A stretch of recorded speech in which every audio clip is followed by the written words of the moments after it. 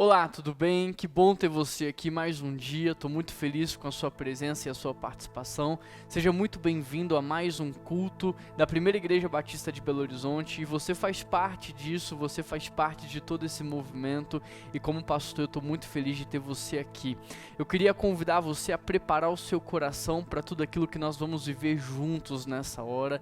E não há melhor forma de fazermos isso a não ser orando.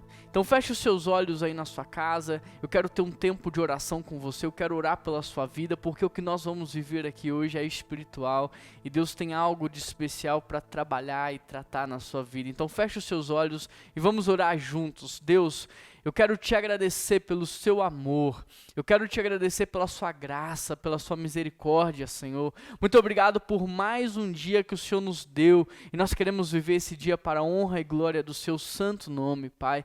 Deus, fala conosco, chacoalha, Deus, as nossas vidas, ó Pai, estremece as nossas bases, ó Pai, nos faça de novo, quebranta de fato o nosso coração. Nós queremos no dia de hoje ouvir a Tua voz e receber aquilo que o Senhor tem preparado para nós. E é por isso que nós te oramos, e em nome de Jesus, Pai, amém. Estamos em uma série de mensagens chamada Cristão Não Praticante. E nesta série nós estamos aprendendo que o maior desafio dos nossos dias é cristianizar os cristãos. Sabe por quê? Porque eles dizem que creem em Deus, mas infelizmente estão vivendo como se Ele não existisse.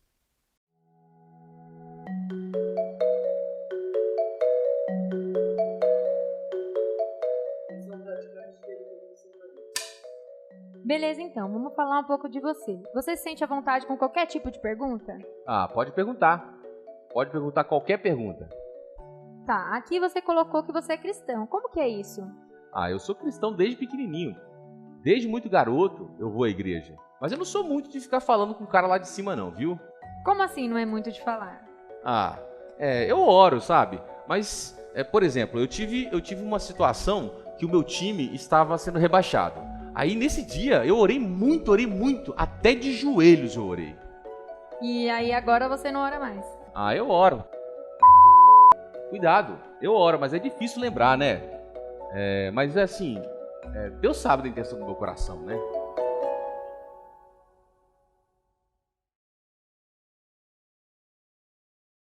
Na semana passada, nós falamos sobre cristãos que se envergonham da sua fé. E hoje nós vamos avançar, conversando um pouco mais sobre este assunto. O tema de hoje é crê em Deus, mas não ora. Crê em Deus, mas não o conhece. Ao longo da mensagem, eu quero incentivar você a anotar. Pegue aí um bloco de notas, um caderno, anota no seu celular. Sabe por quê? Porque quando você não anota, você retém cerca de 15% de todo o conteúdo que está sendo ministrado sobre a sua vida. Mas quando você anota, esse índice sobe para quase 70%. Então, para o seu próprio bem, para acelerar o seu crescimento espiritual, anote o máximo de informações que você conseguir. Abra sua Bíblia agora comigo em 2 Coríntios, capítulo 5, verso 18. 2 Coríntios, capítulo 5, verso 18. Antes de falarmos sobre esta temática, conhecer ou não a Deus, orar ou não orar, eu quero que você entenda algumas primícias. E a primeira coisa que você precisa entender é qual é o propósito eterno de Deus. Você sabe qual é? Você sabe o porquê que Deus criou o mundo e tudo que nele há? Porquê que Deus criou você? Porquê que Deus criou todas as coisas? Porque pense por um instante, Deus não precisava ter feito nada disso. Deus não precisava ter criado a terra, a humanidade. Deus não precisava. Então, por que Ele fez? Qual foi a sua intenção? O que Ele queria? O que Ele espera de nós? Qual é o propósito eterno de Deus? Bom, para a gente entender qual é o propósito eterno de Deus, tem que estar muito claro o significado da palavra eterno. Você sabe o que significa eterno? Porque para muitas pessoas, eterno é algo que apenas não tem fim. Mas eterno também é algo que não tem começo. Ou seja, o propósito eterno de Deus, ele não vai começar a partir de alguma coisa, e ele também não vai terminar por causa de alguma coisa. E agora que você já sabe, então, essa importante informação, eu volto a te perguntar, qual que é o propósito eterno de Deus? Talvez você esteja pensando aí na sua casa, o propósito eterno de Deus é salvar o homem. Mas não é salvar o homem, por quê? Porque salvar o homem teve o início, quando? Em Gênesis 3. Antes da queda, o homem não precisava de salvação. Talvez você diga assim, então o propósito eterno de Deus é abençoar o homem. De novo, este também pode ser um propósito, mas não é o propósito eterno. Por quê? Porque abençoar o homem teve um início, onde? Em Gênesis 3. Antes da queda, o homem já vivia na plenitude da bênção de Deus. Tudo que ele fazia dava certo. Aonde ele colocava as suas mãos, prosperava. Nada quebrava, nada estragava, ninguém adoecia, ninguém morria. O que mudou isso foi a chegada do pecado. O que trouxe isso para a vida da humanidade foi o pecado. O que fez as coisas estragarem, as pessoas adoecerem e morrerem foi o pecado. Portanto, também não é abençoar o homem. Então, qual que é o propósito eterno de Deus? Para a gente descobrir qual é o propósito eterno de Deus, nós precisamos entender o que Deus estava fazendo antes de criar o mundo, mas também o que todos nós um dia faremos ao longo de toda a eternidade. Você consegue imaginar o que Deus estava fazendo antes de criar o mundo? Olha o que a Bíblia diz, Gênesis 1, verso 2, parte A. A terra era sem forma e vazia. O que será que Deus estava fazendo neste contexto? Imagine algo vazio. Consegue imaginar algo vazio? Agora, imagine algo sem forma. Agora, imagine algo sem forma e vazio ao mesmo tempo. Isso é o caos. Isso não faz sentido na mente humana. O que será que Deus estava fazendo nesse contexto? Porque a Bíblia diz assim, no verso 3, e disse Deus, haja luz. Agora repare que Deus está dando uma ordem e ele vai ser respondido. No verso 9 está escrito assim, e disse Deus, ajuntem-se as águas, e as águas começam a ser ajuntadas. E eu pergunto, quem é que está operando, quem é que está agindo ali? Uma dica, o versículo 26 começa com o verbo façamos. Eu pergunto para você, o que esse verbo significa? Façamos, repare que não está no singular, ele está no plural. E se está no plural, significa que Deus não estava sozinho. E se Deus não estava sozinho, ele estava com quem? Com o Filho e com o Espírito Santo. Agora, quem não está sozinho, está fazendo o quê? Quem não está sozinho, está se relacionando. Então, presta atenção para que você possa entender. Se antes de Deus criar o mundo e tudo que nele há, Deus estava se relacionando, logo o propósito eterno de Deus é relacionamento. O propósito eterno de Deus é relacionamento. E aí você que abriu a sua Bíblia em 2 Coríntios, capítulo 5, verso 18, leia comigo por gentileza. Olha o que esse texto vai dizer, tudo isso provém de Deus, que nos reconciliou consigo por meio de Cristo e nos deu um ministério. Qual o ministério? O ministério da reconciliação. Ou seja, que Deus em Cristo estava reconciliando consigo o mundo, não lançando em conta o pecado dos homens e nos confiou a mensagem da reconciliação. Portanto, somos embaixadores de Cristo, como se Deus estivesse fazendo o seu apelo por nosso intermédio. Por amor a Cristo lhe suplicamos, reconciliem-se com Deus. Querido, deixe a sua Bíblia aberta e vá acompanhando ao longo de toda a mensagem. Se antes então você não sabia o porquê Deus te criou, agora você sabe. Deus te criou para uma relação. Deus te criou para que você pudesse conhecê-lo, para que você tivesse intimidade com ele, para que você se relacionasse com ele. Foi para isso que você foi criado. Tem muitas pessoas que pensam que Deus as criou para um serviço, mas na verdade Deus nos criou para uma relação. De modo que todo e qualquer serviço é consequência, é secundário. Por exemplo, quando eu chamo os meus filhos para lavarem o carro comigo, eu não acho que o carro vai ficar limpo. Por quê? Porque eu sei que eles vão molhar o banco, eu sei que eles vão jogar sabão onde não deve. Então, quando eu chamo os filhos para lavar o carro comigo, é para curtir a relação, porque se eu quisesse o carro limpo, eu pagava alguém para lavar. Percebe? Quando eu chamo eles, é para que nós tenhamos então intimidade, comunhão, é para que a gente possa passar um tempo de qualidade juntos. Agora, vamos pensar. Porque se Deus quisesse apenas o serviço, Ele mandaria os seus anjos executarem o serviço e eles fariam muito melhor do que nós. Então, quando Deus nos envolve na sua missão, quando Ele nos chama, quando Ele nos pede para fazer algo, é muito mais para que haja uma relação, para que uma relação seja desenvolvida, do que propriamente pelo serviço. Quer ver uma coisa? Sabe quem são as pessoas que mais têm intimidade comigo hoje? São aquelas que trabalham comigo todos os dias. Sabe quem são os meus amigos? São aquelas pessoas que trabalham comigo. Portanto, entenda isso. Quando Deus te chama para algo, é para que você desenvolva uma relação de intimidade e cuidado com Ele. Deu para entender? Deu para perceber? Querido, a própria palavra chamado em hebraico tem a conotação de cuidado, de relacionamento. E é por isso que lá em Mateus 7, Jesus chega para aqueles que diziam assim: em teu nome nós fizemos isso, em teu nome nós fizemos aquilo. Jesus olha para essas pessoas e diz assim: apartai-vos de mim, porque eu não vos conheço. E por que Jesus diz isso? Aqueles homens, aquelas mulheres, sabe por quê? Porque aquelas pessoas estavam trabalhando por trabalhar. Aquelas pessoas estavam trabalhando pela proposta e não pelo propósito. Ou seja, embora elas estivessem trabalhando no nome de Jesus, elas não tinham uma relação com Jesus. Elas não tinham intimidade com Jesus. E essa não era a proposta de Deus. Por quê? Porque Deus não queria um funcionário. Deus queria filhos. Deus não estava formando uma empresa. Deus está formando uma família.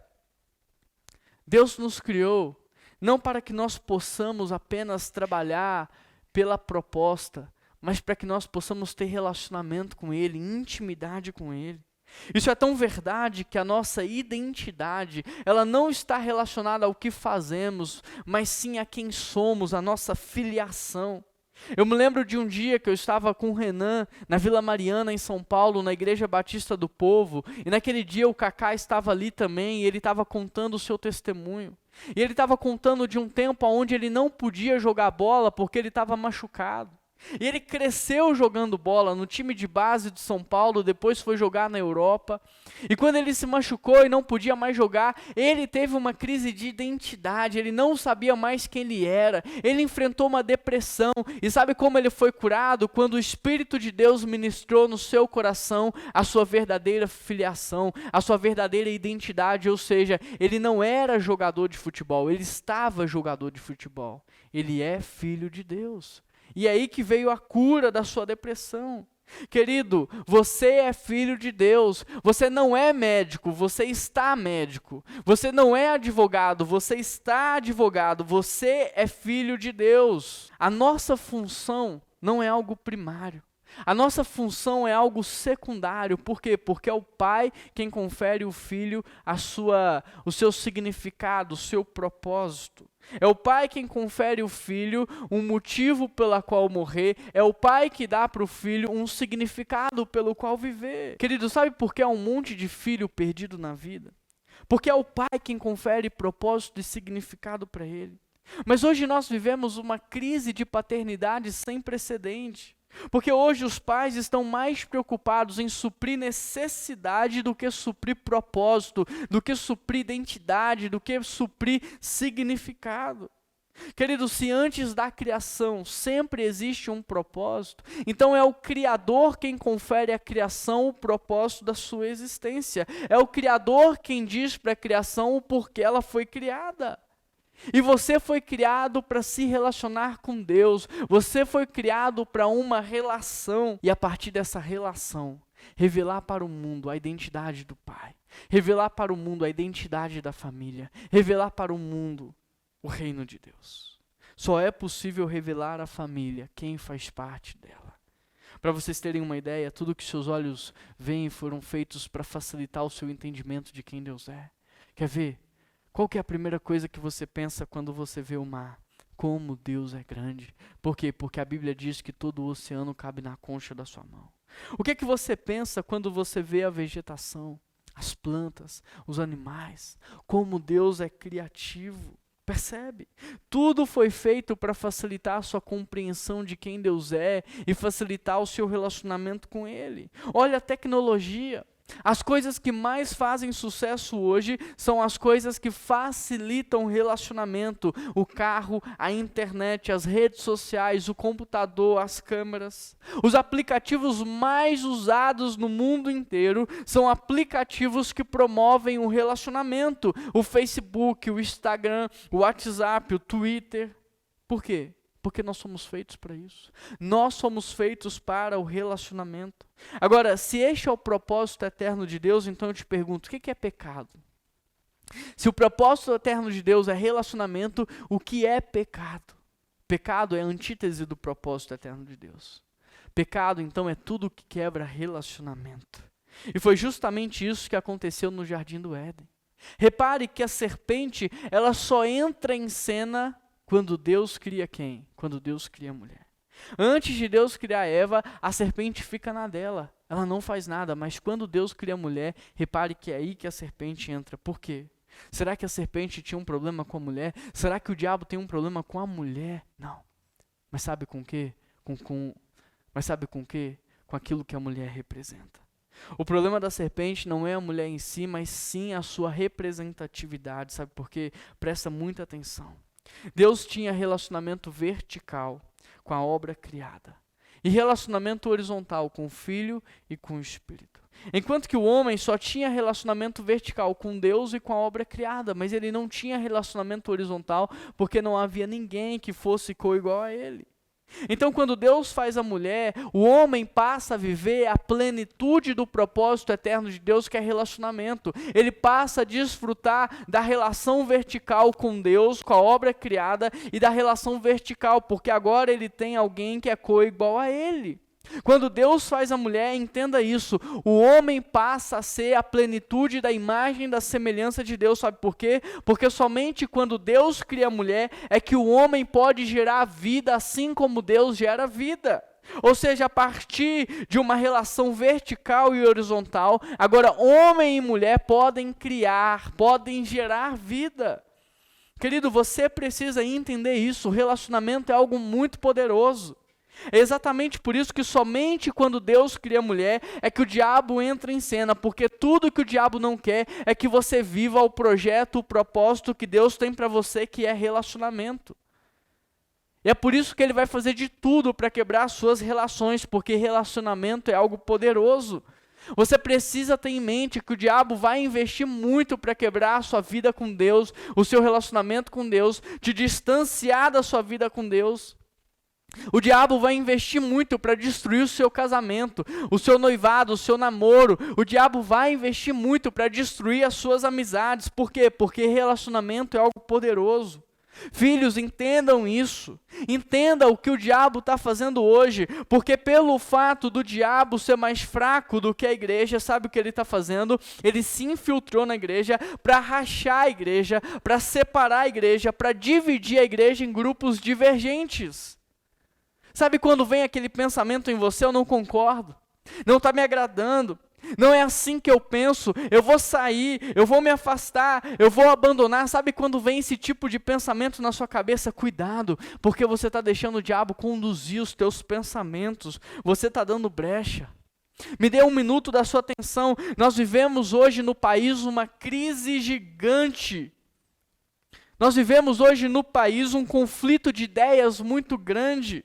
Todo mundo tem a sua própria maneira de pensar, todo mundo tem a sua verdade, todo mundo tem a sua opinião, todo mundo tem a sua leitura da Bíblia, a sua forma de interpretar a Bíblia, e isso tem gerado muita separação.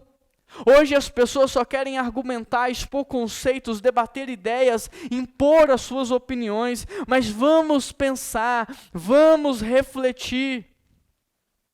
No Antigo Testamento, por exemplo, você tem em sua maioria o quê? Livros. No Novo Testamento você tem na sua maioria o quê? Cartas. Ou seja, a literatura com o tempo mudou de natureza.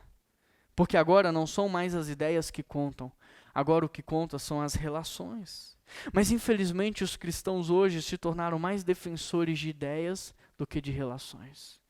Os cristãos hoje se tornaram muito mais defensores de ideologias do que de relações. Ou seja, queremos muito mais provar que estamos certos do que proteger os nossos relacionamentos. É verdade ou não é? Só que mais importante do que as ideias são as pessoas.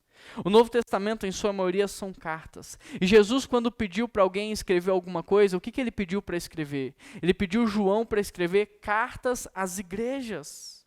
E lá no fim de tudo, quando o Cordeiro for abrir o livro da vida, repare que o livro da vida não será um livro de ideias, mas um livro de nomes. Então o que realmente interessa não são as ideias, não são as ideologias, mas sim os nomes, as pessoas, as relações. Por isso chegou o tempo de enviar cartas e não de defender ideias. Ouviram isso?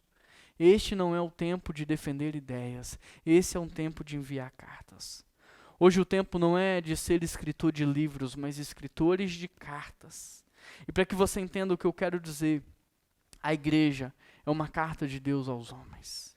A igreja é uma carta de Deus aos homens. A igreja não é um livro de ideias. A igreja é uma carta de Deus aos homens. Portanto, o diabo, como não pode contra a igreja, ele está dividindo a igreja através de ideias, ideologias. Ele está fazendo a igreja perder o seu tempo, ficar distraída. Ele está fazendo a igreja lutar contra a própria igreja, a igreja enfraquecer a própria igreja. Filhos, como o diabo não pode contra a igreja, ele está dividindo a igreja em partidos políticos, em defensores de ideologias. É ou não é isso que está acontecendo nos dias de hoje? Portanto, deixa eu te falar uma coisa. Não pense que você é mais inteligente do que a direita. Não pense que você é mais inteligente do que a esquerda. Vocês estão igualmente errados. Sabe por quê? Porque vocês estão sendo manipulados pelas mídias, pelo diabo. Você está sendo usado pelo inimigo. Presta muita atenção no que eu vou te dizer. A solução para este mundo não é a política. A solução para este mundo é a igreja. A solução para este mundo não é nem o marxismo e nem o capitalismo, é a igreja. Mas não um partido político transvestido de igreja. Não militantes transvestidos de cristãos, não. Os verdadeiros cristãos são a solução para esse mundo. Enquanto a igreja estiver dividida entre esquerda e direita, entre ideologia A e ideologia B, o diabo vai continuar fazendo a festa. Por isso, faça um favor a você mesmo. Pare de servir ao diabo e comece a servir a Deus. Todas as vezes que você tiver vontade de fazer um post com cunho político, poste um versículo. Toda vez que você sentir vontade de discutir com alguém sobre política, sobre ideologia, comece a falar do amor de Deus, do evangelho, do plano da salvação. Toda vez que você quiser se afastar de alguém porque ele pensa diferente de você, porque as preferências políticas são diferentes, lembre-se, você é uma carta de reconciliação. Porque dessa forma você estará anulando a estratégia do diabo, que é quebrar relacionamentos. O que você precisa entender é que este é um tempo onde Deus está restaurando todas as coisas e a sua vida é uma carta de Deus aos homens, a sua vida é uma carta de reconciliação. Portanto, você não deve carregar nenhuma outra mensagem que não seja a mensagem da cruz, que não seja a mensagem da salvação, que não seja a mensagem das boas novas. Olha o que esse texto diz, tudo isso provém de Deus. 2 Coríntios 5,18, que nos reconciliou consigo por meio de Cristo. E nos deu um ministério, o ministério da reconciliação. Deus nos confiou a mensagem da reconciliação. A sua vida é uma carta de reconciliação. Essa é a mensagem que você deve carregar. E a maior marca dessa reconciliação é a regulação da criação. Ou seja, quando nós reconciliamos a humanidade com Deus, a humanidade volta a viver no padrão de Deus. Portanto, mais importante do que as ideias que você carrega são os nomes que você vai levar para a eternidade. São as vidas que você vai levar com você para o céu. Por isso, entenda isso. Pecado é tudo que quebra relacionamento. E foi exatamente isso que aconteceu em Gênesis 3. O diabo quebrou a relação do casal com Deus e, consequentemente, a relação entre homem e mulher. O interessante é que Deus, mesmo sabendo que eles estavam escondidos, Deus vai atrás, Deus os chama pelo nome. Interessante porque Deus faz a seguinte pergunta: aonde é que vocês estão? Queridos, Deus sabia aonde o homem e a mulher estavam. Portanto, a sua pergunta não era geográfica, era espiritual. O que Deus estava perguntando é: aonde vocês estão que nós não temos mais a mesma relação? Aonde é que vocês estão que nós estamos distantes? As duas perguntas que Deus faz no Éden é: aonde é que você está? E depois ele vai fazer: aonde é que está o seu irmão? Por quê? Porque o propósito eterno de Deus é relacionamento. O resumo da Bíblia inteira, de Gênesis a Apocalipse, é Deus indo atrás do homem e o homem fugindo da presença de Deus. Deus manda o alimento cair do céu, Deus faz a água brotar da pedra, e no dia seguinte o povo está adorando um falso Deus. Essa é a história da Bíblia inteira, essa é a história da humanidade. Deus continua a cuidar do seu povo, mas o povo continua se prostituindo a falsos deuses. Essa é a história da Bíblia inteira, essa é a história da humanidade, essa é a história da sua vida. Por causa disso, Deus fez o profeta Oséias casar-se com uma prostituta chamada Gomer, de modo que Oséias ia todos os dias na porta do quarto da sua esposa colocar pães, frutas, cereais, um verdadeiro banquete para ela, para que ela, depois de ter se deitado com muitos outros homens durante a noite, pudesse abrir a porta do seu quarto e olhar aquele banquete. Mas o interessante é que quando ela olhava aqueles presentes, ela dizia assim: olha como eu sou maravilhosa, porque todos esses que vêm levam um pedaço de mim e deixam um presente. Só que mal sabia ela que era o seu marido, que ia por conta do amor divino, incondicional e unilateral, continuar cuidando dela, mesmo ela se prostituindo com outros homens. E Deus, ele traz essa ilustração para mostrar para o povo o que estava acontecendo. Porque Deus continuava a cuidar do povo, mas o povo continuava se prostituindo com falsos deuses. Agora me diz, não é isso que nós estamos vivendo hoje? Deus faz tudo por você, mas você continua idolatrando falsos deuses. Deus te dá vida, saúde, provisão, mas você continua idolatrando pessoas. Querido, se hoje, por exemplo, eu abrir as suas redes sociais, eu vou ver você falando mais de Deus ou do seu ídolo? Se hoje eu abrir os grupos de WhatsApp, eu vou ver você falando mais de Deus ou das suas idolatrias? Me diz. E não vem você me dizer que milita para o partido A ou para o partido B, porque você quer mudar as coisas. Para com isso. Quer ver mudança de verdade? Pregue a palavra, fale de Jesus Cristo, pregue a mensagem de salvação, seja um exemplo de integridade. Faça discípulos. O resumo de toda a Bíblia é Deus indo atrás do homem, o homem fugindo da presença de Deus. Por causa disso, Deus morou na arca, no tabernáculo, em tendas, em templos feitos por mãos humanas. E nesses lugares, poucos tinham acesso a Deus.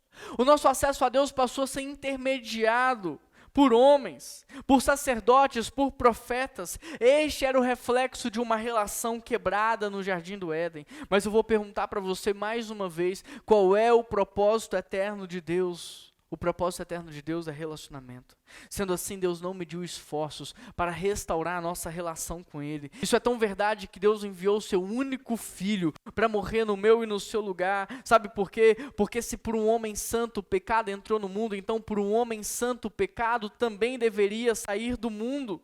Só que depois de Adão não havia mais nenhum homem santo sequer, e é por isso que Jesus Cristo tem que abrir mão da sua glória, da sua divindade, para nascer como homem, para vencer a condenação do pecado, que é a morte eterna, e nos dar a vida.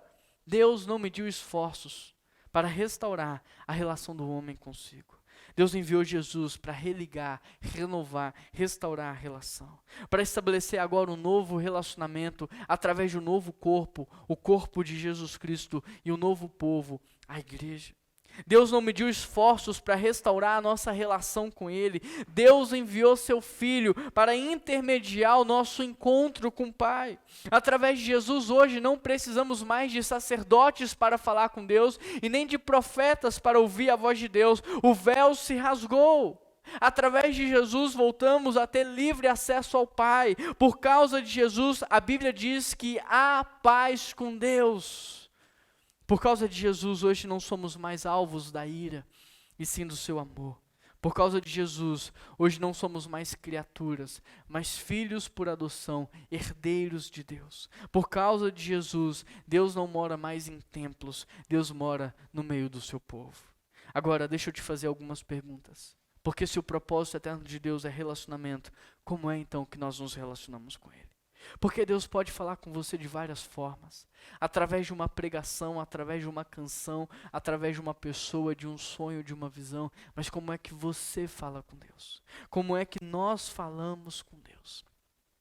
Nós falamos com Deus através da oração. Agora, o que precisa ficar claro é o que significa então a oração do ponto de vista de Deus. Porque para muitos a oração é uma reza, a oração é uma negociação, mas o que significa a oração do ponto de vista de Deus? Querido, a oração para Deus é um encontro, é uma conversa, é um relacionamento. Agora, se a oração expressa relacionamento, então a oração definitivamente não é uma reza, não é um encontro de negócio. A oração é uma conversa que expressa o seu nível de intimidade com o Pai. O que acontece é que o diabo, como ele não cria, ele deturpa tudo o que Deus faz. Dessa forma, a oração que antes era um encontro de intimidade se tornou uma roda de negociação, uma reunião de negócios com Deus, onde nós entramos nela apenas para pedir, para cobrar, para impor, para determinar. A oração que antes era um encontro de intimidade, agora se transformou em uma reza, porque o tempo todo nós repetimos para Deus as mesmas palavras, como se fôssemos convencê-lo pela insistência. Querido, já imaginou se os seus filhos fizessem isso? Já imaginou como seria a sua relação com o seu filho se ele te procurasse só para te pedir? Já imaginou como seria a sua relação com a sua família? Se todas as vezes que vocês se reunissem, vocês falassem as mesmas palavras, repetissem palavras decoradas? Já imaginou como seria a sua relação com o seu filho? Se todas as vezes que ele fosse conversar com você, ele só usasse termos técnicos e títulos? Percebe? A verdade é que não haveria uma relação de intimidade, e sim uma relação de funcionalidade. Ou seja, somente diante das necessidades é que haveria uma relação, e isso não expressa intimidade, isso expressa funcionalidade. Agora me diz, fala a verdade. A sua relação com Deus é uma relação de intimidade ou uma relação de funcionalidade? Porque da mesma forma que não é isso que nós buscamos e queremos para os nossos filhos, também não é isso que Deus quer. Sabe o que eu mais gosto? O que eu mais gosto é chegar em casa e os meus filhos virem correndo, pulando em mim. O que eu mais gosto é que quando eu me encontro com eles, eles estão tão afoitos para me contar tudo o que aconteceu, que eles atropelam as palavras, eles erram as palavras. O que eu mais gosto é quando eles me chamam de papai. Querido, a oração do ponto de vista de Deus não é uma troca, não é um comércio, não é uma reunião. A oração do ponto de vista de Deus é um encontro, é uma conversa, é um relacionamento. Por isso eu te pergunto, como é que anda o seu relacionamento com Deus? Você fala com Ele como se Ele fosse um Deus desconhecido e distante, ou você fala com Ele como você fala com um Pai amoroso e fiel? Você fala com Deus como se Ele estivesse fora, ou você fala como se Ele estivesse dentro? Porque nesse tempo de pandemia, deixa eu te explicar uma coisa. Nesse tempo de pandemia, eu venho com a minha família para a igreja e os meus filhos vêm juntos. Enquanto eu estou trabalhando, eles estão brincando por aqui. E é interessante porque às vezes eu estou no meio de uma reunião e eles simplesmente abrem a porta, entram na minha sala e não importa com quem eu estou falando. Eles com a maior naturalidade falam comigo, vêm e me abraçam. E sabe por que eles fazem isso? Porque eles têm confiança no Pai. Eu imagino que na cabeça deles, eles devem pensar mais ou menos assim: eu não sei com quem que meu pai está, mas o meu pai está lá. E se meu pai está lá, eu vou entrar porque eu tenho livre acesso a ele. Percebe? Agora eu te pergunto, você se achega a Deus com confiança ou pisando em ovos? Como é que você chama a Deus? Como é que você fala com Deus? Porque a forma como você fala com Ele, como você o chama, expressa o quanto você o conhece, o seu nível de intimidade. Por exemplo, quem acabou de me conhecer me chama de pastor. Quem me conhece um pouquinho mais me chama de pastor Juan Nossi. Quem me conhece de muitos anos me chama de Juan. Quem me conhece dessa caminhada de discipulado, de trabalhar junto, me chama de paizão. Os meus filhos me chamam de papai. A minha mãe me chama de Ru. A minha esposa, deixa eu para lá. Como é que você chama Deus? como é que você chama Deus? Como é que você fala com Ele? Porque a forma como você o chama e como você fala com Ele expressa a saúde da sua relação. Expressa o quanto você o conhece, o quanto você tem de intimidade com Ele. Querido, eu vejo que muitos falam que Deus é Pai, mas se relacionam com Ele como se Ele fosse um diretor de orfanato. E deixa eu te dizer uma coisa. Eu não sei se você teve pai ou não. Eu não sei se o seu pai foi presente ou não na sua vida. Eu não sei se você sabe o que é ter um bom pai ou não. Mas uma coisa eu posso te dizer, Deus não é como um diretor de um orfanato. Ele é um pai perfeito, maravilhoso, fiel. Portanto, deixa Ele ressignificar a paternidade na sua vida. Deixa Deus te ensinar o que é ter um pai de verdade. Porque eu vou te dizer mais, você que está aqui me ouvindo, você não está abandonado, você não é órfão, Deus escolheu te amar, Deus escolheu te adotar, você é um filho por adoção, você tem pai. Então para de se relacionar com Deus como se você fosse um funcionário. Começa a se relacionar com Deus como um filho se relaciona com o pai. Para de usar termos técnicos na sua oração, repetir palavras decoradas, ou de procurá-lo apenas quando você precisa. Deus não é o gênio da lâmpada mágica. Ele é um pai amoroso, fiel, perfeito. E Ele quer ter com você uma relação de intimidade, uma relação de paternidade. Interessante porque muitos pensam que Deus tem preferidos, mas Deus não tem preferidos. O que Deus tem são melhores amigos. Interessante porque na história do filho pródigo, Jesus nos mostra que mesmo dentro de uma família, os dois filhos estavam perdidos. Por quê? Porque os dois filhos estavam mais interessados naquilo que o pai podia dar do que numa relação de intimidade com o pai. Os dois filhos tinham uma relação de funcionalidade e não de intimidade. Portanto, entenda isso de uma vez por todas. Deus não tem preferidos, Deus tem melhores amigos. Deus tem pessoas que participam de um nível de intimidade. O que nós precisamos entender então é que a oração não é uma disciplina, a oração não é uma reza, a oração não é um ritual, a oração não é uma negociação, a oração é um encontro com Deus. Por isso, se a sua vida de oração for inconsistente e fraca, significa que o seu relacionamento com Deus também é inconsistente e fraco. Por exemplo, ninguém precisa me obrigar a encontrar minha esposa, eu me encontro com ela diariamente, eu me encontro com ela naturalmente. Ninguém precisa falar que eu tenho que me encontrar com os meus filhos porque eu quero estar com os meus filhos. Ninguém precisa me incentivar a estar com os meus amigos porque eu procuro os meus amigos, eu quero estar com eles. Por quê? Porque eu os amo. E por isso eu me encontro com eles, e por isso eu vou atrás, e por isso eu invisto tanto nessa relação.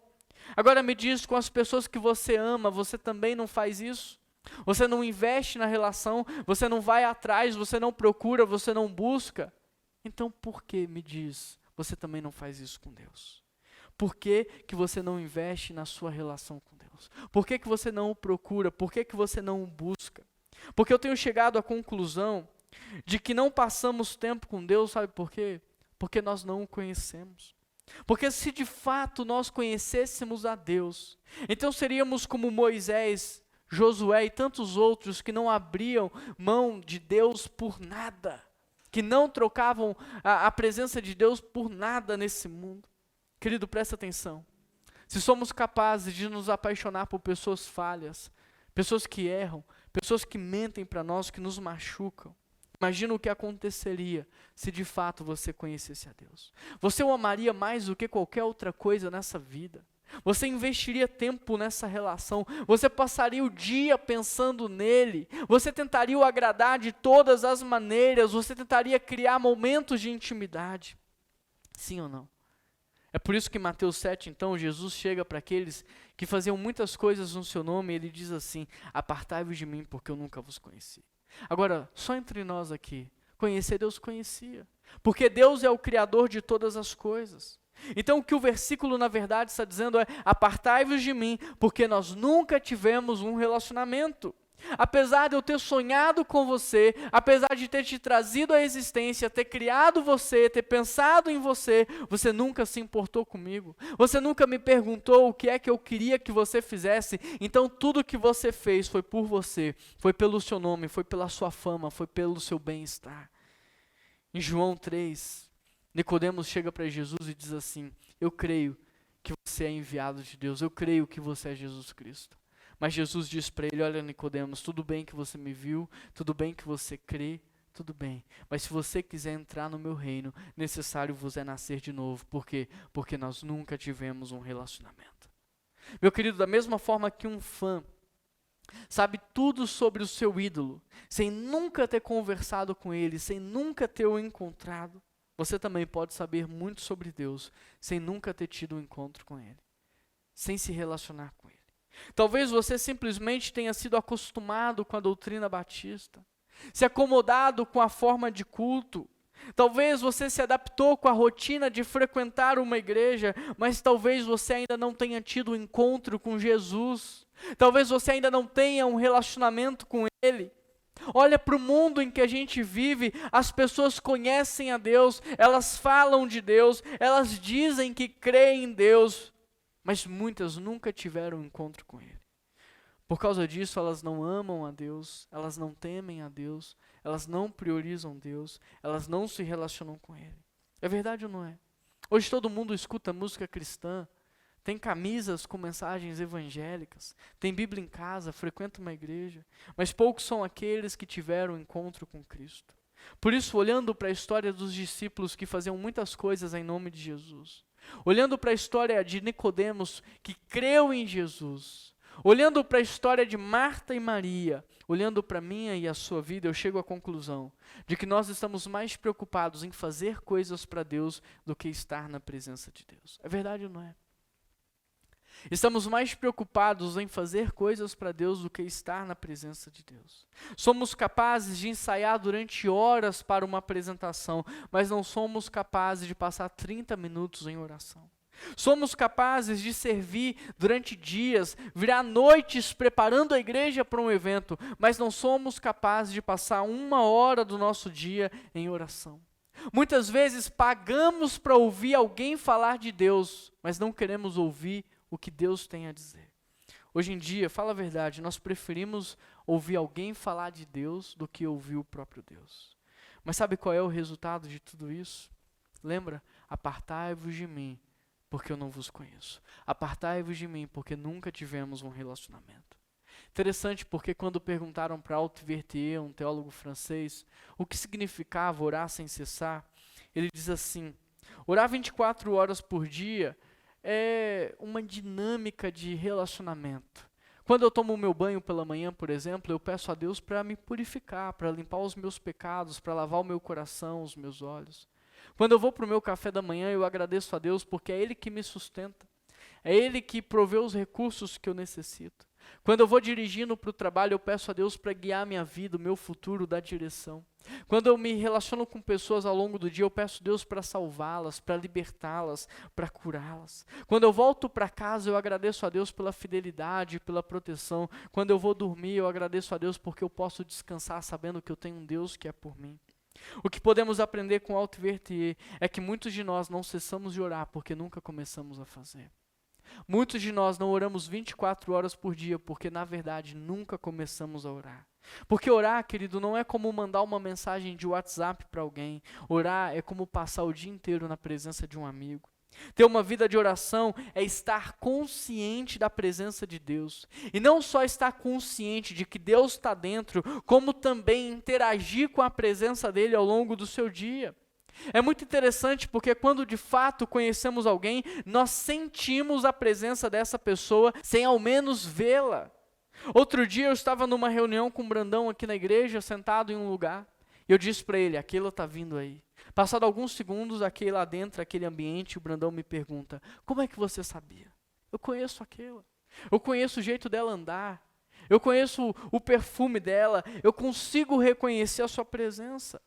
Uma vez eu estava no centro com a Keila, no centro da cidade, isso já tem mais de 13 anos, e eu falei para ela, minha mãe está aqui perto.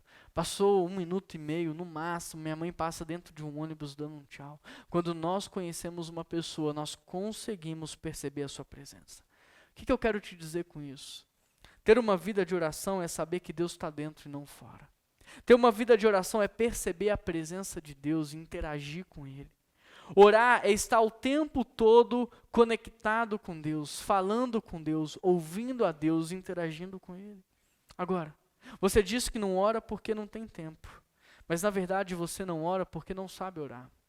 A verdade é que você não ora porque talvez nem conheça a Deus. Porque se você conhecesse, você jamais o deixaria de lado. Se você conhecesse a Deus, você jamais iria ignorar a sua presença. Você jamais, sabendo que Ele está dentro, o deixaria de lado. Agora, veja o que Dallas Willard escreve no seu livro A Grande Omissão. Ele diz assim: mas alguém pode me perguntar, eu posso ser salvo sem me relacionar com Deus? E Dallas Willard vai responder: pode, desde que Deus encontre qualquer fundamento para isso. Mas Dallas Willard nos leva a uma reflexão, porque ele diz assim: mas talvez seja bom você refletir e reavaliar sobre o valor da sua vida antes de morrer e pensar.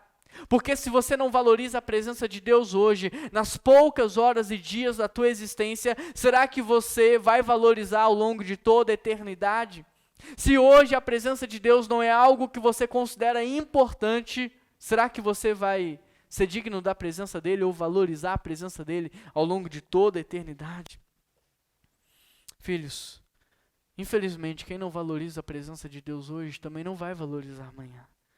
Agora, não tem problema nenhum você chegar à conclusão de que você ainda não conhece a Deus. Não tem.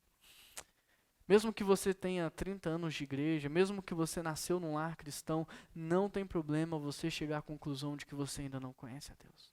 Não tem problema você chegar à conclusão de que, embora você saiba tudo sobre Deus, você ainda não teve um encontro pessoal com Ele.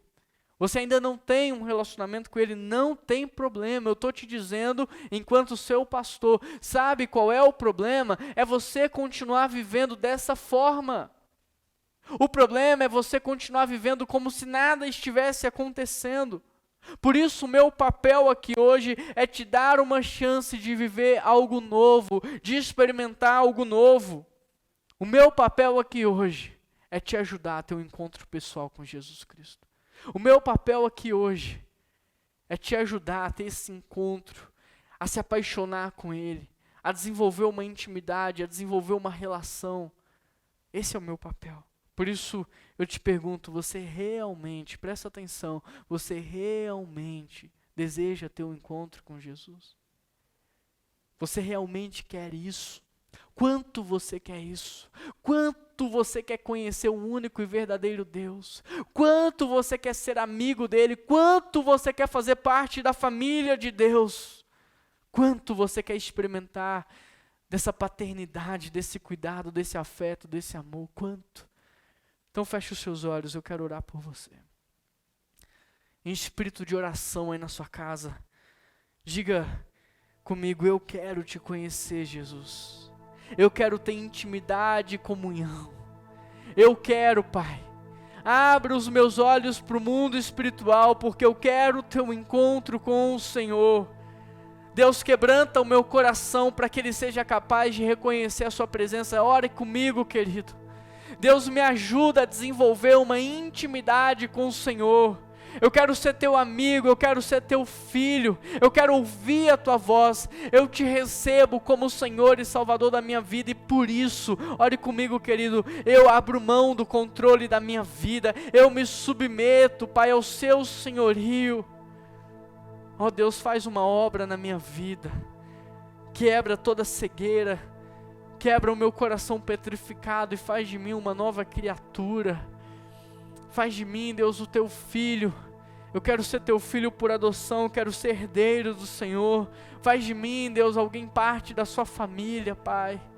Ó Deus, há muitas pessoas orando comigo nessa hora, e só o Senhor pode realizar essa obra na vida deles. O meu papel é pregar a sua palavra, mas só o Senhor pode pegar essa palavra e alcançar esse coração, Pai. Por isso, Espírito Santo de Deus, faz a obra em cada vida. Sela cada vida nessa hora com o selo da salvação. Ensina sobre a paternidade, sobre a filiação, Deus.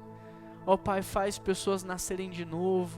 Faz pessoas abandonarem a carnalidade, os vícios, os pecados, a deixar essa vida imoral para trás. Faz com que pessoas no dia de hoje tomem a decisão de te seguir, de ser discípulo do Senhor, ó Pai. Que muitas pessoas aqui possam te conhecer em espírito e em verdade, e desenvolver uma relação de intimidade contigo. Querido, Jesus sabia que o mundo não precisava de um ídolo. Por isso Jesus veio revelar o Pai. E o Pai sabia que a igreja não precisava de uma ideia. Por isso, Ele revelou pra gente uma relação de família. Sabe o que Deus está fazendo ao longo de toda a história da humanidade? Sabe o que Deus está fazendo agora, neste exato momento? Deus está formando uma família para si. Uma noiva para o Filho e uma morada para o Espírito Santo. Que Deus te abençoe. Que Deus te abençoe, que você possa viver algo novo. Que você possa se relacionar com Deus de uma forma diferente. Uma relação entre pai e filho, uma relação familiar. Amém? Se você está nos visitando, seja muito bem-vindo. Nós queremos ser uma família para você, uma família para você pertencer. O nosso número de WhatsApp está aparecendo aqui embaixo na tela. Manda uma mensagem para a gente. Mesmo que você mora em outra cidade, outro estado, outro país. Quem sabe a gente não abre uma célula online com você que está em outro lugar e não pode estar aqui com a gente presencialmente. Quem sabe você não vai fazer parte dessa família de Deus. Nós queremos ser uma família para você. Então, se você mora em outra cidade, em outro estado, em outro país, e você não tem igreja, não faz parte de outra igreja, manda uma mensagem pra gente. Quem sabe a gente abre uma célula online com você e você vai ser acolhido, abraçado, e a gente vai caminhar junto.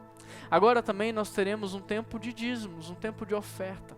Aqui do lado está aparecendo um código de QR Code. Basta você abrir a tela do seu celular, a câmera do seu celular, apontar aqui nesse código. Você vai ser direcionado para uma página onde você pode fazer sua doação via cartão de crédito. Você pode fazer via transferência. Aqui também tem as contas, se você quiser fazer a transferência ou depósito. Tem até o nosso Pix aqui, caso você queira fazer uma transferência rápida. Então anota, aproveita essa oportunidade para você entregar o seu dízimo, a sua oferta, para que você possa expressar a sua gratidão a Deus por tudo que Ele está fazendo por você. E eu quero terminar pedindo a Deus que abençoe muito a sua vida. Quero terminar pedindo a Deus que dirija os seus passos. Quero terminar pedindo a Deus que conduza a sua semana e que principalmente nessa semana você possa ter aquele encontro transformador, aquele nível de intimidade, aquela relação maravilhosa com Deus. Um grande abraço, que Deus te abençoe muito e até semana que vem.